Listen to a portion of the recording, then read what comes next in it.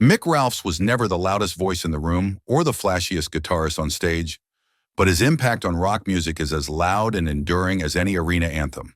His name may not always appear in the top 10 lists of guitar gods, but without him, the sound of 1970s British rock would be missing some of its most iconic riffs, some of its deepest emotion, and a kind of groove that could only come from a player who believed in simplicity, tone, and soul. Born Michael Jeffrey Ralphs on March 31, 1944, in Stoke-Lacey, Herefordshire, England, Mick was drawn to music early in life. Growing up in post-war Britain, he was surrounded by the rise of skiffle and blues music. By his teenage years, he had a guitar in hand and a desire to make music that felt honest, raw, and alive. Unlike some of his peers who chased speed or flash, Mick honed in on feel. His playing would become known for its clarity, melody, and the kind of quiet power that didn't need a wall of distortion to move a crowd. His first steps into music came in the 1960s with a band called the Doc Thomas Group. They were rooted in the blues rock movement, but shifted and evolved over time. That band would eventually morph into the glam-tinged rock outfit Mott the Hoople in 1969. With Ian Hunter on vocals and Ralphs on guitar, Mott the Hoople became cult heroes in the British rock scene. Their sound was gritty, unpolished, and full of character.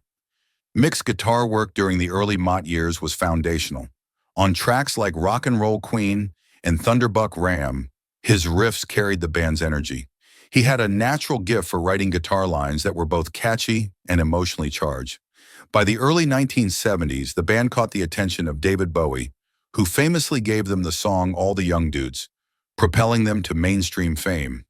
While Bowie's songwriting helped get them radio play, it was still Mick Ralphs' guitar that gave the band its backbone. One of the standout moments of his time with Mott was a song called Ready for Love. Mick not only wrote it, he sang the lead vocals in the original version, but he felt that the song needed a different voice, something deeper, something smoother.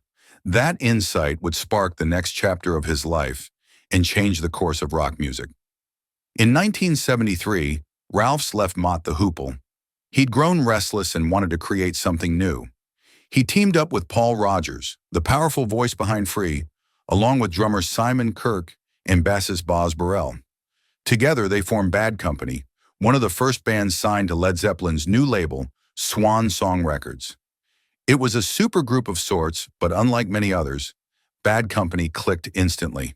Their debut self-titled album dropped in 1974, and it was a game changer. The record went to #1. One in the US, and songs like Can't Get Enough and a new version of Ready for Love became instant classics. Mick Ralphs had found his perfect match in Paul Rodgers. The combination of Ralph's smooth, muscular riffs and Rodgers' blues-drenched vocals became the blueprint for arena rock. Can't Get Enough was particularly iconic. Mick wrote it, recorded it in a single live take, and used an unusual open C guitar tuning that gave the song its distinct ring. It wasn't complicated. It didn't need to be. That's what Mick understood better than most.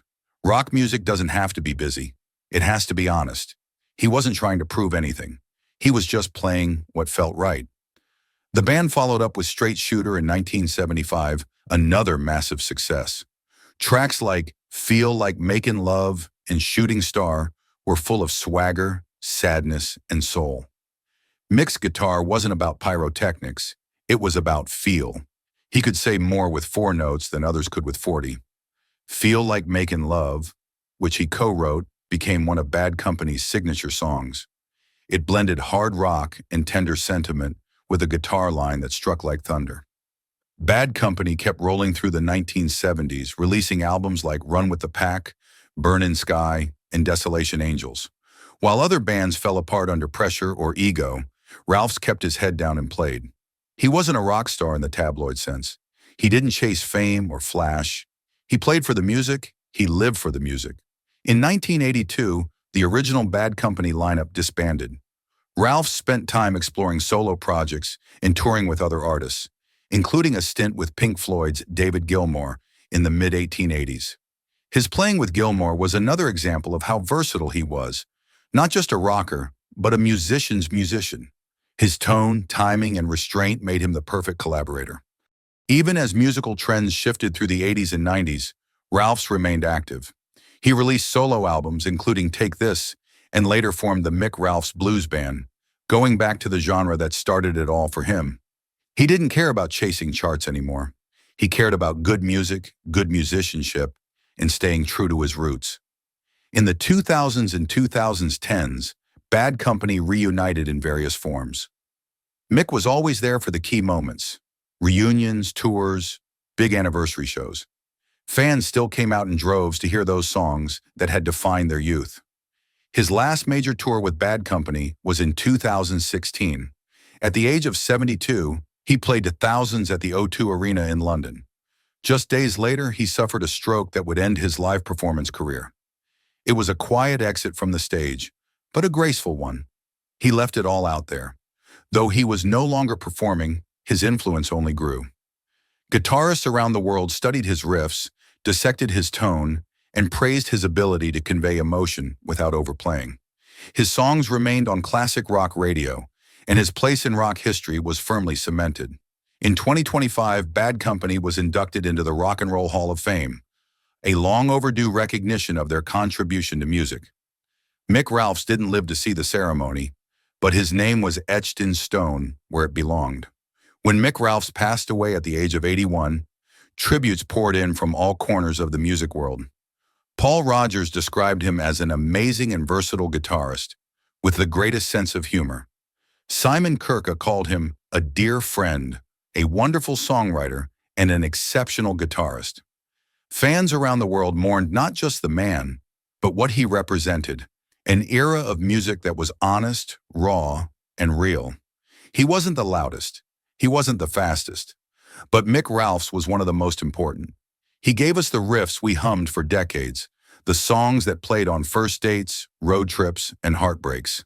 He gave us melodies that made us feel seen. His guitar wasn't just an instrument, it was a voice, and that voice will never be silenced. Mick Ralphs is survived by his partner Susie, his children, and countless fans whose lives were touched by his music. His legacy lives on in every bar band that plays Can't Get Enough, every teenager who discovers Feel Like Makin Love for the first time, and every guitarist who learns that it's not how fast you play, it's how much soul you pour into every note. He spent his life chasing sound, chasing emotion, chasing songs that mattered, and he found them, again and again. That's what makes him great. That's why Mick Ralphs will never be forgotten.